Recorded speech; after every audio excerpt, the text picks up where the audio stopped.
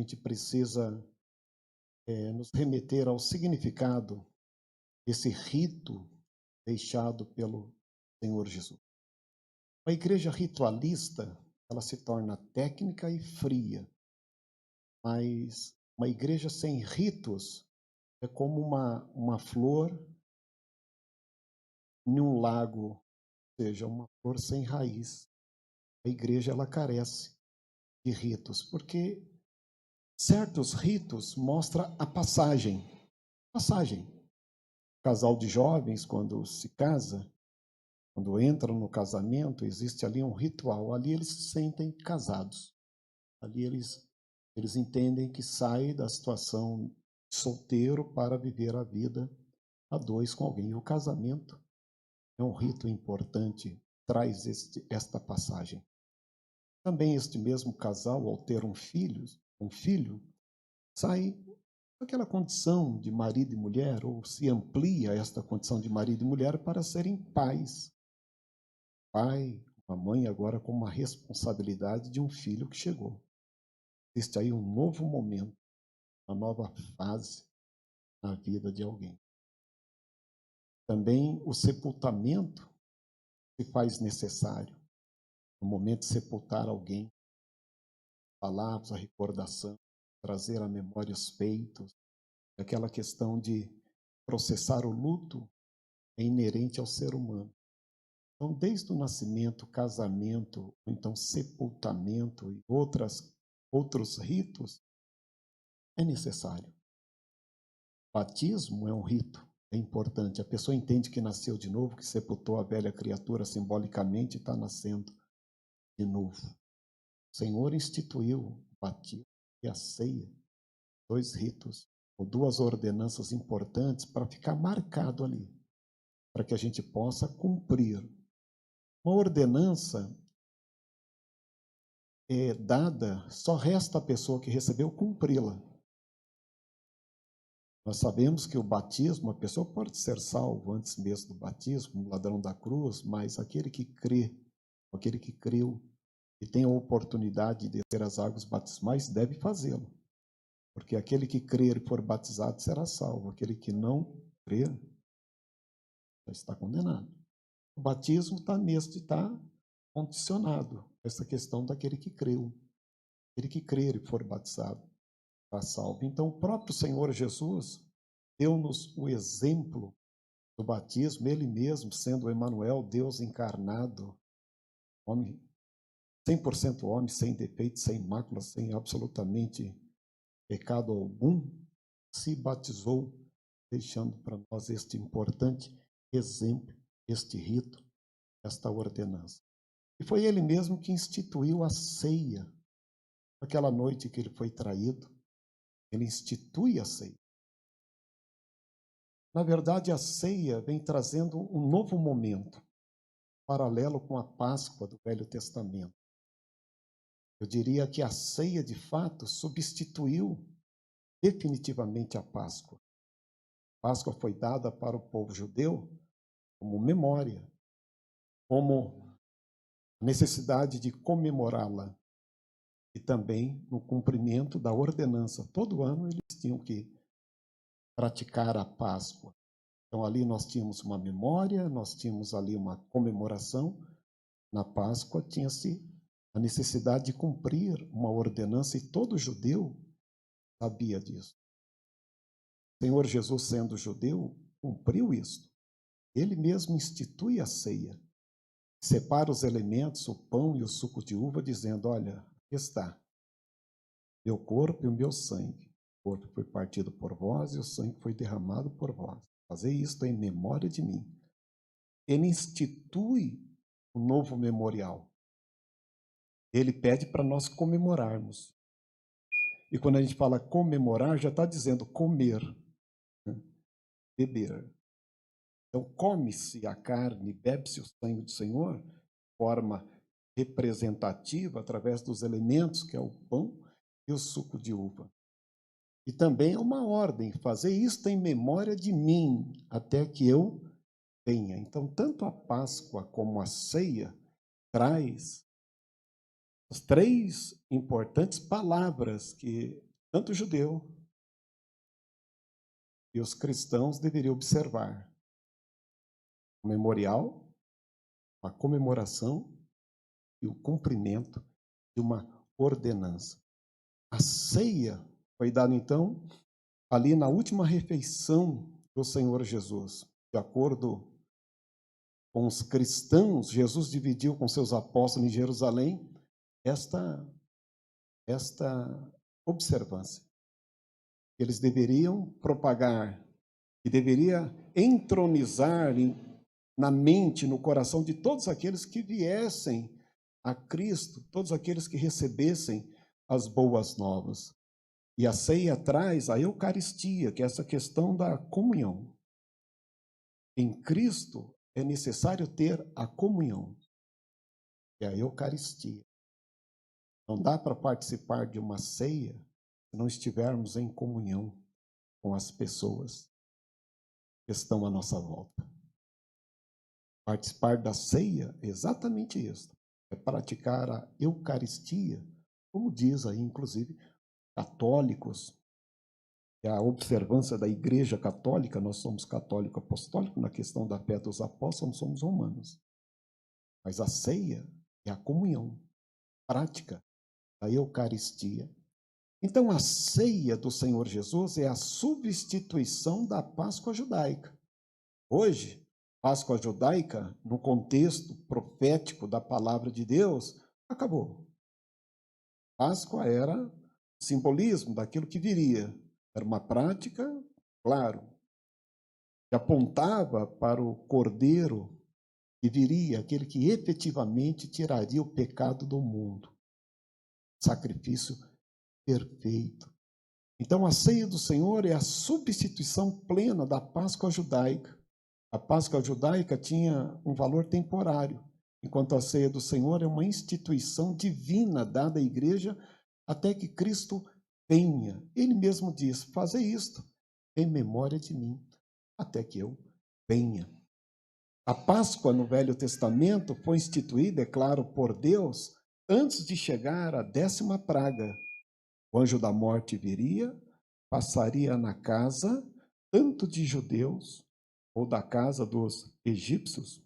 Eu falo judeu, mas hebreus, né? Porque o termo judeu somente depois lá com os babilônicos, ou alguns dizem na briga de Jacó, né, com um anjo, mas na verdade ali com os babilônicos quando eles invadiram o reino do sul, ou a tribo de Judá, e fortificou-se o nome judeus da tribo de Judá. Mas assim, o que nos chama a atenção é que Deus instituiu a Páscoa antes da 10ª praga cair no Egito, onde todos os primogênitos morreriam naquela noite, exceto aqueles que ficassem em suas casas, onde tivesse um cordeiro, e esse sacrificado, e o seu sangue tivesse sido esfregado ou espargido nas ombreiras ou na verga ou nos umbrais da porta, porque viria o anjo da morte, olharia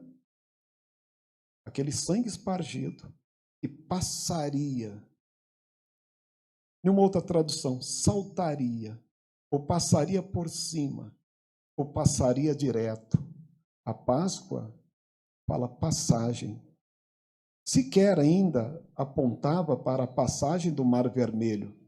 É a passagem do anjo da morte que viria.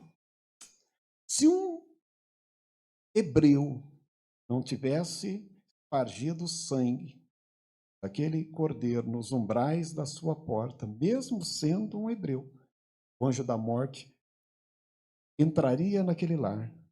Se tivesse um primogênito ali, ele morreria. E os primogênitos morreram dos egípcios, inclusive dos animais. E quem sabe um hebreu desapercebido, achando que não era importante, aquele sangue espargido nos umbrais da porta, quem sabe algum hebreu incrédulo perdeu o seu primogênito.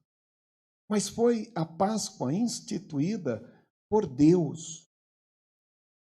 E esta casa, onde estivesse então esse sangue espargido, receberia a graça de Deus, porque o anjo da morte passaria e não traria ali sofrimento a esta família. A Páscoa, então, apontava para o sacrifício de Cristo, onde todos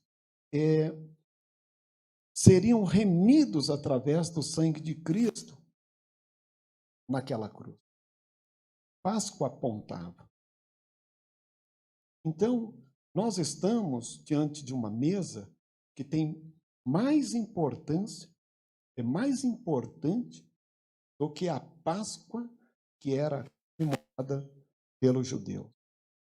Olha só o grau de importância de participarmos da ceia do Senhor. A Páscoa instituída por Deus, mesmo de forma temporária, esse significado importante de passagem, que era um memorial e tinha que ser comida ou comemorada, e que era uma ordenança que deveria ser cumprida, e o judeu ou o hebreu fazendo isto, ele receberia os benefícios do livramento. Imagine participarmos da ceia do Senhor. O quanto nós não ganhamos quando nós temos a ceia do Senhor como um memorial, quando nós temos a ceia do Senhor como uma comemoração e damos importância naquilo que a gente come e naquilo que a gente bebe. Pode ser uma porção pequena de pão e um gole de suco de uva, que talvez para alguns é tão insignificante, materialmente dizendo, mas o significado é extraordinário, porque quando a gente traz à memória, quando a gente come, quando a gente bebe, cumpre a ordenança, você pode estar certo que muitos males passam e não entram no lar dos crentes. Porque é uma ordenança dada por ele. Se a Páscoa deixou de existir e Cristo instituiu a ceia, e a ceia tem maior valor que a Páscoa, a gente não pode ficar desapercebido quando nós temos a oportunidade de participar da ceia do Senhor.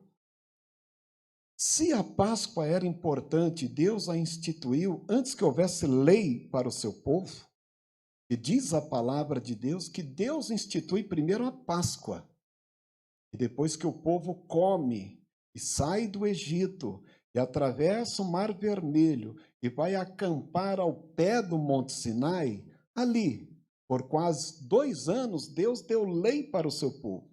Somente depois da Páscoa que Deus entregou o Decálogo, ou seja, os 10 mandamentos e todas aquelas leis que a gente lê no Pentateuco. Olha só, Deus deu a Páscoa e depois deu a sua lei. Por que a Páscoa primeiro? Porque era necessário livramento, era necessário ter esse entendimento de um único Deus que queria tirar o seu povo do Egito, da idolatria, de um mundo que naquela época jaz no maligno, não diferente dos nossos dias. Como é importante esse negócio do livramento. Deus quer livrar o homem, quer livrar a mulher, mesmo que ele ainda não tenha entendimento da sua lei. Ele, por sua graça, por tua misericórdia, pede a nós somente a obediência para que a gente creia, para que a gente coma e beba no corpo e no sangue do seu Filho. E a lei? A lei ele acrescenta através da sua palavra, e a gente pode ter o conhecimento ampliado da verdade da palavra de Deus. Por isso que ninguém deve subir os 10 degraus da verdade para participar da ceia do Senhor. Se ele estiver no primeiro degrau, ele já está alcançando a liberdade pela verdade. E ele desde cedo aprende o significado da ceia do Senhor. Se o judeu aprendeu primeiro que era a Páscoa, e depois veio aprender o Decálogo, e depois veio aprender as leis que estão em Levítico e etc., o que Deus requer nestes dias? Que as pessoas entendam, acima de qualquer lei, interpretações e etc., e conheça o Cordeiro que tira o pecado do mundo. Essa é a primeira mensagem que a pessoa precisa ouvir. Se o judeu teve o primeiro contato com a Páscoa e depois com a lei ampliada, hoje o que Deus quer? Que a primeira mensagem que uma pessoa deve ouvir é do Cordeiro de Deus que tira o pecado do mundo. E está nesse contexto a ceia do Senhor, porque esse rito dado por ele, esta ordenança, quando a gente participa do pão e do vinho, a gente tem um contato com algo físico, algo sensorial. Não é teórico, a gente pega os elementos. E ao pegar o pão, depois que é dado graça, a gente entende que aquele pedaço de pão passa a representar o corpo do Senhor e o suco de uva, o seu sangue. Isso aqui carece de um ato de fé. Assim como deveria ter fé aquela pessoa que estava no Velho Testamento, aquele hebreu, quando Moisés disse: olha, quem tem o primogênito na sua casa, corra, pegue o cordeiro, mate-o, pegue o seu sangue e passe nos umbrais da sua porta, que o anjo da morte vai passar. E onde não tiver esta marca do sangue, esta família vai perder o seu primogênito. Quando a gente começa a olhar no Velho Testamento o que era a Páscoa, e a gente vivenciando um cristianismo de uma ceia instituída pelo próprio Cristo, a gente tem que valorizar esta ordenança. Se a Páscoa apontava para o sacrifício de Cristo, muito mais nós que já fomos salvos pelo seu sacrifício na cruz do Calvário. Muito mais nós, 2000 anos depois, diante desses elementos. É uma coisa interessante. Deus instituiu a Páscoa para livramento. Será que a ceia não traz livramento também? Por isso que Paulo diz, olha, examine-se o homem a si mesmo e assim coma deste pão, beba deste cálice, porém, examine-se o homem a si mesmo. Paulo sabia exatamente o significado da ceia, que havia substituído aquele rito da Páscoa. Olha a importância que ele dá. E a pessoa examinando a si mesmo e tendo essa graça de participar do pão e do vinho, ele de fato alcança a graça e livramento. Porque aquele que come e bebe sem discernir adequadamente, ele pode comer e beber para a sua própria condenação. Por isso que há muitos fracos e doentes e muitos que dormem, ou seja, como aqueles primogênitos que morreram lá atrás, há muitos hoje que dormem ou mortos no espírito. A ceia é importante para nós. Deus instituiu a Páscoa e o Filho de Deus instituiu a ceia. Tanto um como o outro traz esta observação. Um memorial. O que é um memorial? É algo para se ver e lembrar. A gente vê os políticos fazendo isso, não é mesmo? Inaugura-se uma ponte, lá tem uma placa. Ali tem um busto, ali tem um desenho gráfico, uma arquitetura, algo com algum dizer, falando da inauguração, ou trazendo a memória de quem fez aquela obra e assim por diante. O que é um memorial? É de memória, trazer a lembrança. A ceia é um memorial. Ao participar do pão e do suco de uva, nós estamos trazendo a lembrança, a morte, a ressurreição do Senhor Jesus. É importante isso. É importante, quando participarmos do pão e do vinho, nos remetermos a esta lembrança. Não olharmos o pão pelo pão e o suco de uva pelo suco de uva. Não. É percebermos ali, de forma representativa, o corpo e o sangue do Senhor Jesus. É trazer a memória. Se a Páscoa deveria ser comemorada ou comida, e eles comeram, se o cabrito fosse grande, poderia chamar o vizinho para ajudar a comê-lo, certo? Também a ceia do Senhor deve ser comemorada, deve ser comida, deve ser bebida, E o Senhor disse que o corpo dele, de fato, era comida e o seu sangue era bebida. A necessidade do crente comer e beber pão e o suco de uva, porque remete ao corpo e o sangue do Senhor. Memória, comer e ordenança. Ordenança é cumprir, é fazer acontecer. Uma ordenança não permite justificativas.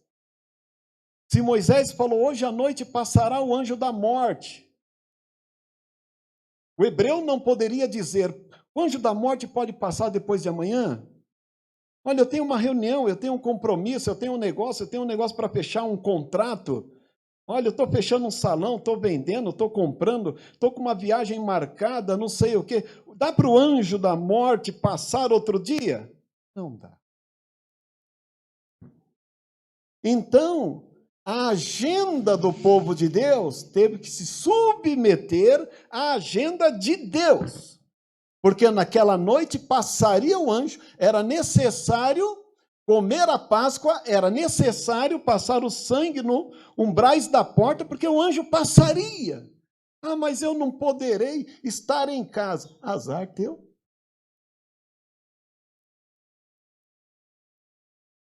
O anjo passou e levou os primogênitos das famílias desavisadas ou incrédulas.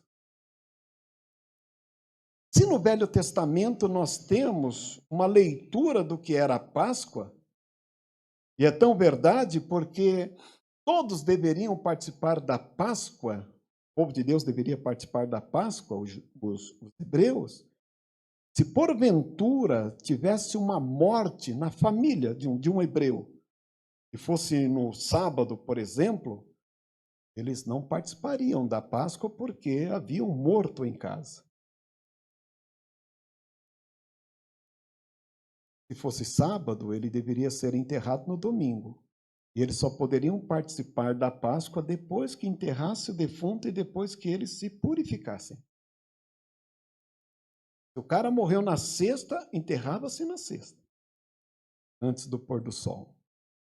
Morreu no sábado, olha, não participa da Páscoa. Deixa o defunto aí, ninguém enterra. No domingo, deu horário? Agora pode enterrar. Purifica-se e participa da Páscoa.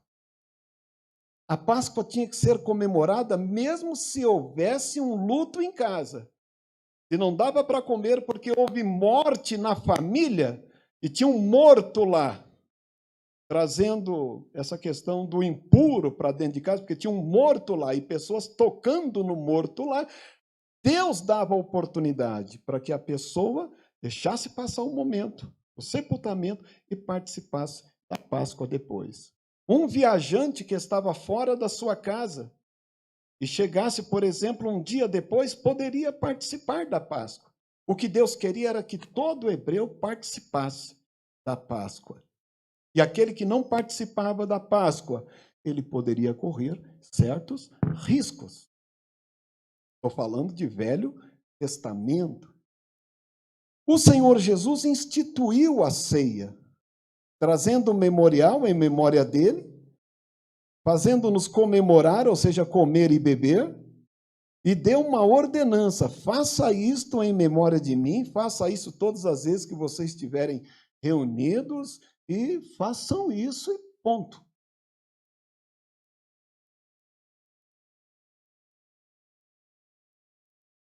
Se a Páscoa e a ceia traz memorial, comemoração e ordenança, tanto uma como a outra, e muito mais a ceia do Senhor, nós, como cristãos, não podemos banalizar este memorial, banalizar esta comemoração, banalizar esta ordenança. Todos nós devemos trazer à memória, comer e beber e cumprir. Quando fala cumprir, não é uma opção. Quando a pessoa fala que é uma opção de uma graça infinita do cristianismo, porque se Cristo trouxe a ordenança da ceia, já não é graça, o ato em si. Graça é o que nos remete à memória, o livramento, o nosso alimento espiritual. E o resultado que dá em nós quando participamos.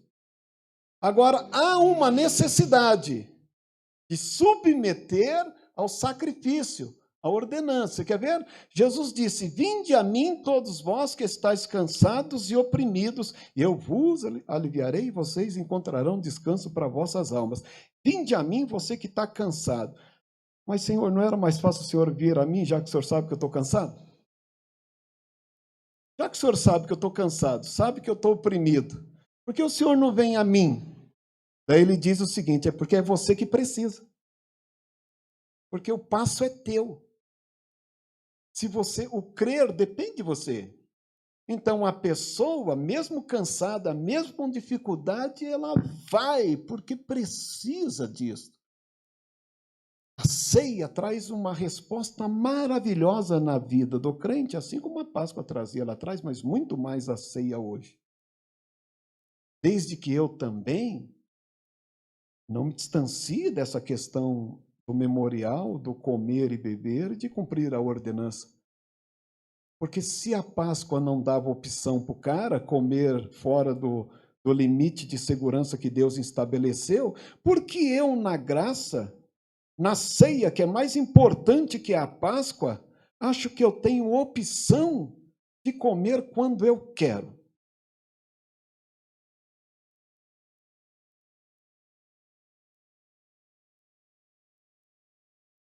Nós temos N motivos, muitas vezes, para não participar da ceia, porque também tem igreja que tem ceia todo dia. Mas tem igreja que tem ceia uma vez por ano, da Páscoa lá. A ceia é mensal. Aí Jesus diz: fazer isso todas as vezes que vocês se reunirem em memória de mim. Então, há uma comunhão, há uma observação, há um entendimento para relembrarmos isso, comermos e cumprirmos a ordenança, por que não? Então, quer dizer, quando eu estou dentro de um contexto de percepção da igreja, que é uma visão macro do que Deus quer para a igreja, eu preciso agora, baseado lá na Páscoa, e muito maior o significado da ceia, ter esse entendimento de memória, de comer e estar debaixo da ordenança. Ah, hoje eu não vou comer, não, vou comer quando eu quiser. Ou então, isso aqui não é nada.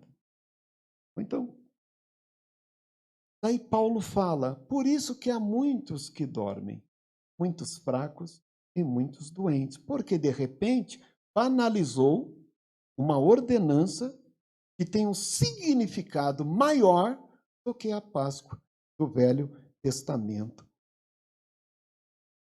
No Velho Testamento, o judeu ou o hebreu que não participasse da Páscoa não poderia, muitas vezes, permanecer até no arraial. Teria que ter justificativas plausíveis, como morte, defunto dentro de casa, por exemplo, ou então uma viagem que a pessoa chegou um dia depois. Está lá. A margem que Deus dá para que o judeu coma ou comesse da Páscoa. Jesus, ele não deu margem assim para que a gente pudesse negociar, mas Deus revela para Paulo algo que não, pelo menos nas nossas leituras, não se percebe em Pedro e Mateus e João e Tiago.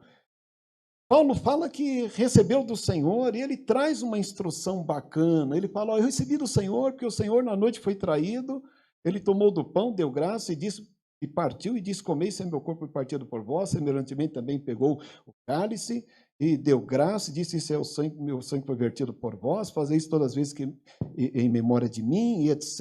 E é necessário que o homem examine-se a si mesmo, porque aquele que come e bebe o corpo, né, o sangue do Senhor, não discernindo adequadamente, pode se dar mal. Paulo traz uma revelação muito importante para que a gente possa viver vida cristã. E a ceia é um instrumento para não perdermos de vista, em uma linguagem humana, o busto do Senhor Jesus, que está trazendo uma mensagem. Para que ninguém destrone a cruz do Monte Calvário e ponha o outdoor lá. E tem gente dizendo: olha, Esse monte aqui daria bacana o outdoor da minha empresa. Não, ali só tem um lugar para a cruz de Cristo. É a mensagem da cruz que a gente tem que lembrar sempre, trazer à memória sempre. E esta memória da sua morte, da sua ressurreição. E a necessidade, gente, de comermos e bebermos e comemorarmos. E a necessidade de cumprirmos esta ordenança, colocando nas nossas listas de prioridade, olha, eu não posso deixar de participar, de comer, de trazer à memória e de cumprir esta ordenança. Eu quero dizer para você nessa noite, não há o jeitinho brasileiro para negociar com a ceia do Senhor. O jeitinho de, eu como quando eu quero. Não. Eu posso ter uma justificativa, interessante que a gente vive em um mundo globalizado e hoje todo mundo depende das questões urbanas do trabalho, ninguém está mais praticamente no campo. Eu tenho as minhas justificativas, em alguns momentos, como exceções, até me distancia da questão da ceia. Mas eu tenho que tê-la na minha prioridade, porque se Páscoa significa passar ou passar por cima, e afastava o anjo da morte dos primogênitos, a ceia do Senhor pode nos afastar de muitas doenças e do sono profundo, e muitas vezes da morte, como diz o apóstolo. É importante participar da ceia. É importante colocarmos isso como prioridade. Se o batismo foi um rito e uma ordenança para que a gente possa lembrar e cumprir a ceia do Senhor também. Que Deus possa abençoar cada um de nós, que a gente possa trazer à memória sempre, que a gente possa comemorar sempre quando estivermos juntos, que a gente possa cumprir esta ordenança sem negociar, porque não dá para negociar, só nos resta cumprir. E eu louvo a Deus, porque vocês estão cumprindo aqui nesta noite, e os irmãos que estão em casa também, com a sua porção de pão e suco de uva, também estarão participando conosco neste momento. Amém, irmãos?